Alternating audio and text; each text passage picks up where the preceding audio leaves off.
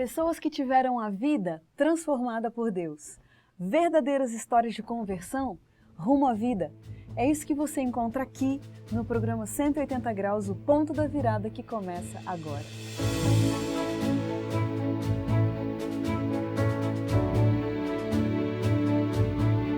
Quando sentimos o toque de Deus na vida, uma mudança acontece.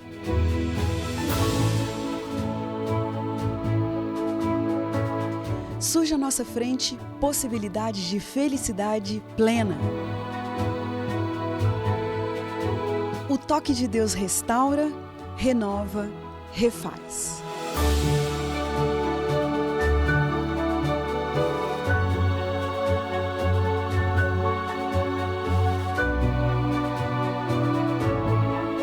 Hoje conheceremos uma pessoa que experimentou essa graça maravilhosa. Ela vai nos contar sobre essa mudança de 180 graus que lhe trouxe paz.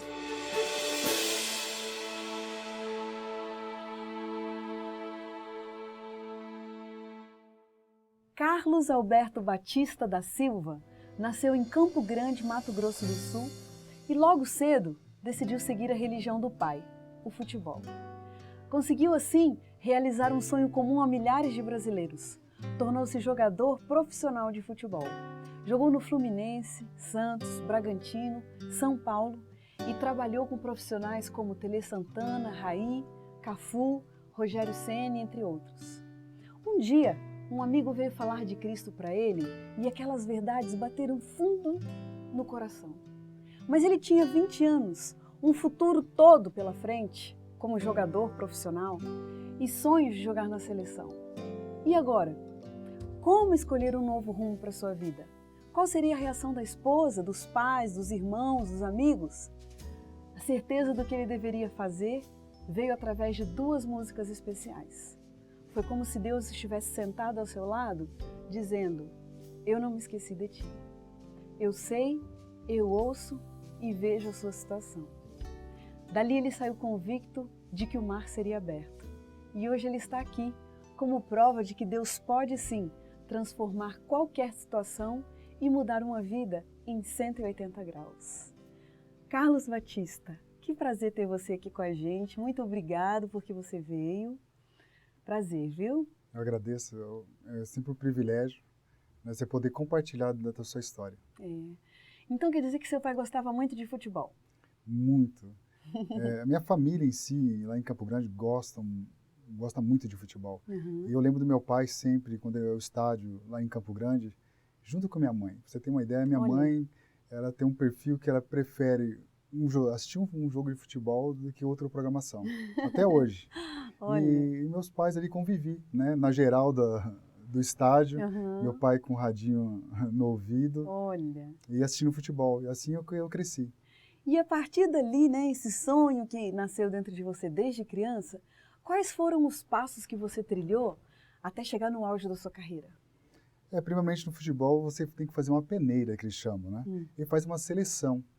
E nessa seleção eu tive a oportunidade de ir com um amigo, e o amigo era o Edson, e ele me chamou para fazer essa peneira lá no Operário de Campo Grande.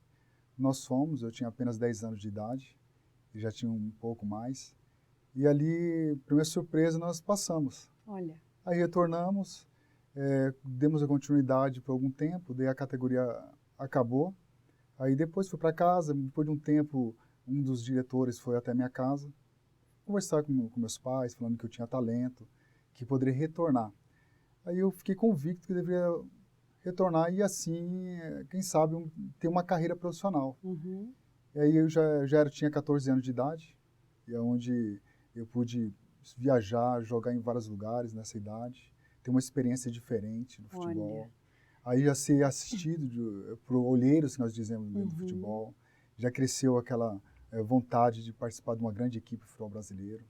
E aí assim até chegar no profissional. Até chegar no profissional você jogou em que times? Então, no profissional eu joguei em vários clubes. Né? Eu comecei já em Campo Grande. Eu tinha 16 anos de idade. Eu já jogava no profissional. Eu tive o privilégio de participar de um campeonato brasileiro da Série B. Onde na época o Grêmio, né, participava também. E as últimas partidas, como muito novo, né, ele sempre faz isso, ele tem um cuidado todo especial. E 16 anos eu pude jogar uma partida toda em Campinas contra a Ponte Preta. Olha. Ali, para meus familiares, para mim, foi assim, um momento, um marco para mim. E, posteriormente, transferi para o São Paulo Futebol Clube, né, Fluminense do Rio de Janeiro, Santos Futebol Clube, passei também. Passei pelo Bragantino, que foi o meu último clube. Né? Puxa, eu imagino que numa situação dessa, sua vida vira só futebol, né? Você só está voltado para o futebol, você tinha sonhos de seleção, então? Eu coloquei objetivos na minha vida. E quando eu tinha lá 12 para 13 anos, e principalmente quando eu firmei que eu queria ser um jogador profissional com 14, eu pensei, quando eu tiver 17 anos eu quero ser um atleta profissional já, assinado uma carteira profissional, como atleta. Com 20 anos, jogar numa grande equipe de futebol brasileiro, sonhando, né? Olha. E, posteriormente, fiz uma contabilidade, 26 anos, na época da Copa do Mundo. E eu falei assim, eu quero disputar uma Copa do Mundo, e sonhando. Assim, eu acho que como muitos garotos sonham, né? E ainda mais eu, em Campo Grande, jogava naqueles campos de terra, né? Vermelha, aquela terrinha. E muitos meus colegas, quando eu até compartilhava dessa ideia, eu falava assim, não acredito, você nunca vai passar do Paranazão, né? Que é o rio que faz a divisa entre São Paulo, estado de São Paulo, e Mato Grosso do Sul. Mas eu tinha dentro de mim que eu poderia alcançar. E aí sua família ficou toda orgulhosa de você, imagino seus pais, né? Orgulhosos, olha aí meu filho. Bom, eu imagino também que junto com essa vida toda, te acompanhou os princípios morais que você recebeu dos seus pais, né? Qual que era a religião dos seus pais? Eles eram católicos. Católicos. Praticantes. Praticantes. Então te acompanhou aqueles princípios lá da igreja, né? Durante esse período que você foi jogador profissional de futebol, você tinha o costume de ir à igreja?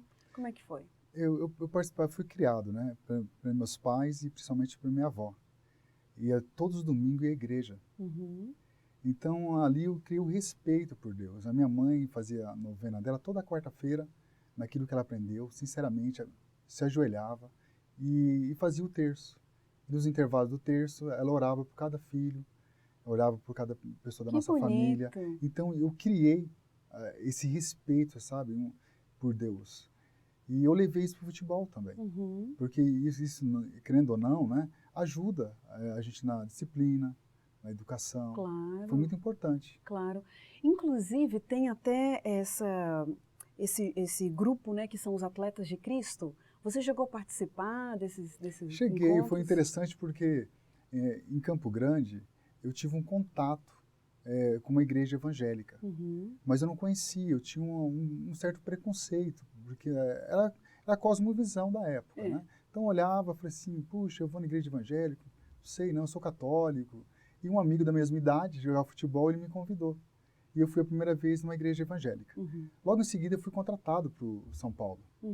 E eu falei, puxa, eu pensei na minha ignorância, né? E agora, não desconhecia São Paulo, será que tem uma igreja evangélica em São Paulo, né? Aí eu fui descobrir que tinha muitas aqui, né? Aí você via, assim, a visão que eu tinha. E quando eu cheguei ao São Paulo, e ali tinha um grupo de jogadores que eram atletas de Cristo. Com o Miller, hoje também o Vitor, Palinha e Gilmar, né? Que hoje é casado com a Aline Barros, que é cantora evangélica. Então eu comecei a me envolver, a participar dos clubes, porque até porque quando você vem para São Paulo, você fica sozinho, não tem família, muito novo, tinha 18 anos de idade. Então a gente se apega, né? E a gente não quer permanecer como uma ilha, né? E isso me ajudou. Eu comecei a participar dos Atletas de Cristo. Bom, mas eu imagino também que esse seu envolvimento ali como Atletas de Cristo, em nenhum momento devia passar pela sua cabeça a possibilidade de você entrar em contato com uma religião tradicional que de repente não fosse, que não tivesse em conformidade com você continuar na sua carreira de jogador de futebol profissional, né? Você participava dos encontros de Atletas de Cristo e continuava seu caminho como jogador, né? Por que você diria pra gente, Carlos, naquele momento que era impossível para você ter um encontro com Deus e ter sua vida transformada em 180 graus, por que era difícil para você abandonar sua carreira de jogador? Hoje, principalmente hoje, o futebol tem encarado os atletas como artistas. E eles estão num patamar hoje que todo garoto, até os pais principalmente, eles incentivam bastante. E é glória, né? É glamour.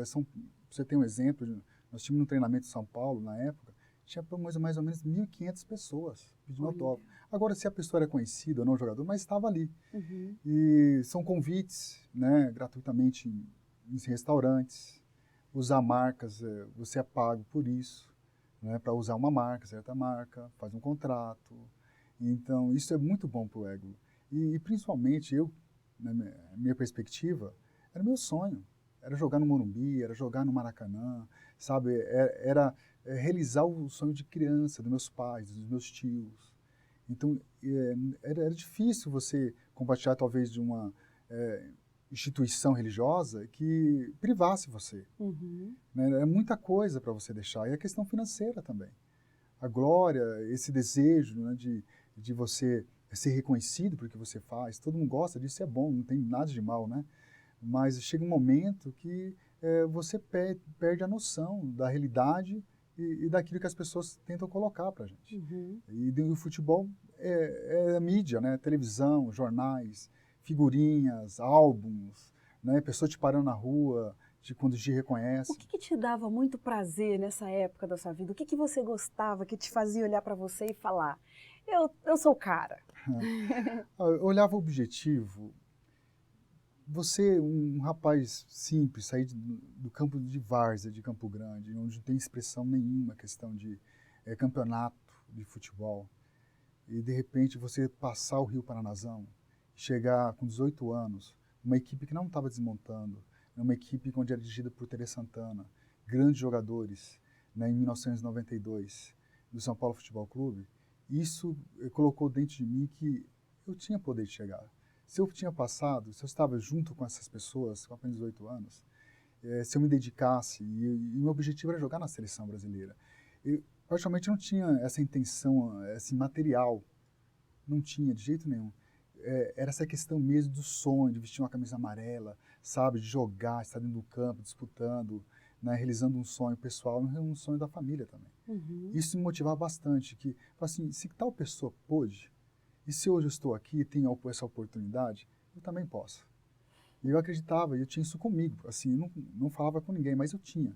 Se eu me aperfeiçoar, né, nos treinamentos, tudo, me dedicar, quem sabe? Esse era o objetivo da sua vida. Era. Mas agora, Carlos, você vinha dizendo no bloco anterior que o seu objetivo na vida era esse, que você sentia que você tinha possibilidade para isso. E eu quero saber de você o que aconteceu, que mudou a sua cabeça e fez você passar por essa reviravolta de 180 graus. Eu conheci um amigo dentro de São Paulo Futebol Clube chamado Gleidson. E o Gleidson é uma pessoa muito simpática, né, que se comunica muito bem. E eu tive um contato com ele e ele tinha algumas dificuldades. Como eu estava indo nos Atletas de Cristo, eu tinha já entregado meu coração a Cristo. Uhum. E ele fez algumas perguntas que eu não sabia responder. Se Deus é tão bom, por que existe o mal? Por que a pessoa que é justa trabalha, e o justo que prospera? Então, dúvida. Até certo ponto, ele era um ateu. Uhum. E um dia eu tive a oportunidade de falar com ele que Deus tinha um propósito na vida dele. Assim, de maneira muito simples. E isso criou um impacto no coração. E o Gleidson, após algum tempo, ele me liga, após 6 meses, já tinha saído de São Paulo, já tinha acabado o contrato, fui para o Fluminense do Rio de Janeiro, e ele me liga. Ele falou, Carlos, eu gostaria de fazer um convite a você. E eu falei, que convite? Uhum. Ele falou, eu gostaria de convidá-lo para você assistir o meu batismo. Olha. E eu falei, seu batismo? E eu fiquei muito feliz. Eu falei assim, sim, será um prazer assistir o seu batismo. Olha. E eu fui assistir o batismo. E ali, naquele batismo, foi um batismo muito lindo, né? Eu fiquei lá no fundo, assim, emocionado, vendo que Deus tem poder de transformar as pessoas, mesmo que elas tenham questionamentos, assim, difíceis de responder. Uhum. Como eu disse para ele, eu falei, não sei te responder, mas eu sei que Deus tem um plano na sua vida. E quando eu vi ele dentro do tanque, né, ele sendo batizado naquela igreja, isso me emocionou bastante. E eu comecei a refletir dos propósitos que Deus tem. E ali eu tive um contato, e a igreja que ele foi batizado foi na igreja Adventista do Sétimo Dia. Olha. E até então, eu nunca tinha ouvido falar na igreja Adventista do Sétimo Dia. Apesar de ser criado, né, natural de Campo Grande, fiquei ali até 18 anos, E ali tem muitas igrejas, mas Deus tem um propósito para cada pessoa. E você nunca tinha ouvido falar? Não, nunca tinha ouvido falar. Igreja Adventista do sétimo dia. Aí, mas tudo bem, ele está com Cristo, ele está feliz. E agora ele veio dar estudos bíblicos. E aquelas perguntas que ele fez para mim, ele começou a responder. Agora você que tinha pergunta para fazer. Eu falei, é isso mesmo. Eu comecei a perguntar por quê. Aí eu falei, o que é a Igreja Adventista do sétimo dia? Aí ele falou, olha, ele começou a falar, de Igreja Adventista do sétimo dia, nós guardamos o sábado como dia do Senhor, né, está nos 10 mandamentos, né, nós temos uma alimentação diferente. E eu comecei a questionar, eu queria saber mais. E eu comecei a buscar. E ele começou agora a dar uns estudos bíblicos, Henrique Berg, um estudo, né, que tinha da igreja, um nome, Encontro com a Vida, outro estudo. Ele pediu para eu comprar um livro chamado 200 Estudos Bíblicos, da Casa Publicadora, né? E eu fiquei pensando, puxa, ele poderia ter me dado, né? Assim, era melhor, mas ele é super inteligente, porque quando a pessoa compra, ela valoriza, ela quer ler. E você comprou. Isso, eu comprei e fui estudando. E eu fui me convencendo que o sábado é o dia do Senhor. Quando eu li os 10 mandamentos em Êxodo 20, né, que eu lembro, eu falei, puxa, li tantas vezes, né? E está aqui, está claro. Eu preciso guardar o sábado. Mas, Carlos, você era um jogador profissional de futebol, rapaz. Você tinha uma carreira pela frente, né? Em algum momento você não parou para pensar e falou assim, opa, se eu continuar nesse caminho aqui, acho que é melhor não entrar nesse caminho. Passou isso na sua cabeça? Passou. E eu falei assim, não pode ser. Tanto é que eu comecei a estudar mais profundamente, justamente para criar objeções. Para te convencer do quanto contrário. mais eu estudava a Bíblia, aí eu percebia que aquilo era real. Eu tinha prometido para Deus honrar o nome de Deus. Desde a primeira vez que eu falei assim, entrego minha vida a Ti, Senhor, e eu vou Te honrar. Mas, Carlos, pensa bem, não tem nada de errado com o futebol. É bonito você realizar o sonho dos pais. Olha que coisa bonita, né? Você dando orgulho para sua família, você seguindo uma carreira, né? Qual seria o problema? Vamos supor aqui. Se você já era lá do grupo dos atletas de Cristo, continua jogando seu futebol, segue a sua carreira e deixa esse negócio de igreja tradicional, guarda do sábado, né? Como que você passou por cima desse obstáculo, por exemplo? Eu acredito, e estudando a Bíblia, que era o princípio. Aprendi com minha mãe, aprendi com meus avós, que a Bíblia é a base do cristianismo. E eu comecei a perceber nos estudos que era muito claro a guarda do sábado, desse princípio. E quando eu li assim, Jesus dizendo assim, me amais, guardareis os meus mandamentos, eu falei, eu amo Jesus. Então, por amor a Jesus, independente se fosse sábado ou qualquer outro mandamento ou princípio. Então, como eu falei, eu vou honrar Deus naquilo que está escrito.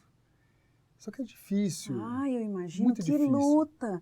Porque, olha, eu fico imaginando o que seus pais iam pensar. Imagina, seus pais cheios de sonho para você e tal, de repente recebem uma ligação. Pai, não vou mais ser jogador de futebol. Foi assim que aconteceu? Foi tão difícil. Eu imagino. Porque eu fiquei raciocinando. Eu já era casado, eu tinha 2 filhas. Olha. A minha esposa, não sei o que eu queria pensar numa decisão como essa. Claro. Como sustentaria a família, porque eu não tinha uma independência financeira, até porque o futebol na época não tinha esses recursos que tem hoje. Né? Eram poucos, eu não tive a possibilidade de criar uma situação que me deixasse tranquilo no futebol. Eu estava ainda em crescimento, demora-se um pouco.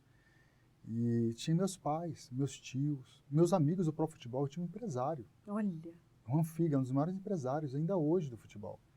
E o que eu vou falar para o meu empresário?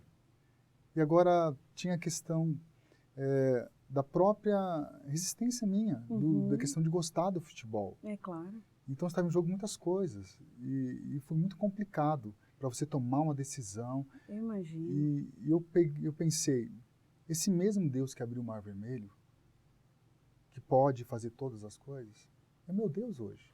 Quando foi, Carlos? Em que momento que foi que você falou, quer saber, é esse mesmo caminho, é por aqui que eu vou? Eu tinha classes bíblicas, eu fazia estudos, aquilo que eu tinha aprendido, eu repassava para os jogadores. Olha. Então, eu tinha uma classe de 30 jogadores, que eu passava esses estudos bíblicos, né? E compartilhava. Eu sabia muito bem, e cada dia eu estava convicto disso. Só que começou a acontecer um processo de tristeza. Eu me senti hipócrita de conhecer, na minha opinião, conhecer a palavra de Deus, ter aquela visão e não praticar. Então isso foi me incomodando muito e foi me afastando de ir a um culto da igreja, de estudar a Bíblia, de orar. E chegou um ponto que eu estava com o coração já endurecido. Já estava assim com dificuldades, né, de questão de religião. E eu estava com medo disso, porque eu queria ter minha salvação, porque o mais importante é você ter um novo céu na terra, como a Bíblia dizia para mim. E eu falei, futebol passa. Não sei como é a carreira, eu posso machucar uma hora, não posso, às vezes, não ter o sucesso que eu gostaria de ter tido. Então, tem muitas nuances no futebol que a gente é desconhecido para a gente. E eu, um dia, fui para a igreja, na quarta-feira, o coração duro, triste, e eu falei, Deus, hoje você tem que falar comigo. E eu falei com Deus sozinho lá no canto da igreja. Falei, será que o Senhor esqueceu de mim, Senhor, das lutas que eu tenho, das dificuldades? Como eu vou sobreviver? O que eu vou falar para meus pais? O que eu vou falar para minha família? Como eu vou reagir a isso? Eu não sei. O Senhor esqueceu de mim, o Senhor não sabe o que está acontecendo comigo. Será que você não vê? O Senhor não ouve o que eu estou... E lutando dentro, né? E estava muito triste. E era uma quarta-feira no culto da igreja adventista. Eu estava sentado ao fundo e falei com Deus. Falei, Deus, fala comigo. Quando foram 2 jovens, levantaram-se agora para puxar as primeiras músicas daquele culto, e eles pediram 2 hinos. O número 499, eu nunca mais esqueci, do Inário Adventista, e o número 500, do Inário Adventista. 499 diz, eu não me esqueci de ti. Olha aí. E o 500 é Deus sabe, Deus ouve, Deus vê. Isso, eu senti Deus colocando os braços assim, do meu lado, dizendo assim, meu filho, eu não esqueci de você. Eu sei. Que coisa linda. Então ali foi um momento de eu falei, Senhor, eu vou crer, não sei que profissão vou ter, eu não sei como que eu vou sustentar minha família, eu não sei o que as pessoas vão pensar, mas eu quero me focar naquilo que o Senhor promete para mim. O Senhor falou que vai abrir o mar, e eu vou me jogar nos seus braços, eu vou crer. E aquele foi o momento onde eu entreguei minha vida a Jesus. Que coisa linda, olha, emocionante. Se você fosse resumir pra gente, Carlos, com que palavras você descreveria o que Deus fez na sua vida a partir dali? Ele fez um milagre na minha vida e continua fazendo esse milagre. Porque Deus, quando Ele promete, Ele espera uma resposta do ser humano. Então eu acredito hoje, a questão de você crer nesse Deus que a Bíblia apresenta, tem mais a ver com a atitude do ser humano, a resposta que Deus já fez por nós. A palavra, a promessa dEle está escrita ali. E a cada dia eu vejo essas promessas se cumprindo na minha vida e na minha família. Ele abriu o Mar Vermelho? Nossa, que mar que Ele abriu. Só experimentando para ver que Ele abre mesmo o Mar Vermelho, né? Amigo, vamos para as nossas perguntinhas então, ping-pong? Okay. Vamos lá. Deus. Em primeiro lugar. Pecado. Trouxe tristeza e morte. Um privilégio. O privilégio é ser adventista hoje. Um medo. Medo de perder a salvação. Perdão. É algo mais lindo concedido ao ser humano. Um pedido. Não só eu, mas muitas pessoas. Eu sou o único adventista da família, mas eu gostaria que meus familiares conhecessem também. Sucesso. Sucesso é viver com Cristo. Sabedoria. Sabedoria é algo que a Bíblia dá pra gente. Deus pode dar sabedoria. Ele é a própria sabedoria. Uma grande verdade. Jesus Cristo. Uma grande mentira. É que a glória, as coisas materiais podem suprir as necessidades humanas. Uma pessoa. Pessoa não tem como se desviar de Cristo. Envelhecer. São consequências do pecado. Casamento. É fundamental, é um sucesso na vida de uma pessoa. Um sonho. Verificar que toda a minha família conheça essa verdade. Um versículo da Bíblia que te acompanha. Efésios 3:20. Ora, aquele que é poderoso para fazer infinitamente mais, de tudo quanto pedimos ou pensamos, segundo o seu poder que opera em nós. Puxa, que texto maravilhoso. Você experimentou e viu que Ele é infinitamente mais poderoso para cumprir maravilhas na nossa vida, né, Carlos? Muito obrigada pela sua companhia aqui com a gente. É uma honra para a gente ter um testemunho tão bonito e vivo quanto você aqui no nosso programa. Que Deus te abençoe e a sua família também. Amém. E a gente termina o programa 180 Graus, o ponto da virada, feliz por esse testemunho tão maravilhoso. E como diz o texto bíblico, era preciso que nos regozijássemos e nos alegrássemos, porque esse teu irmão estava morto e reviveu, estava perdido e foi achado. Um grande abraço para você e a gente se vê na próxima semana.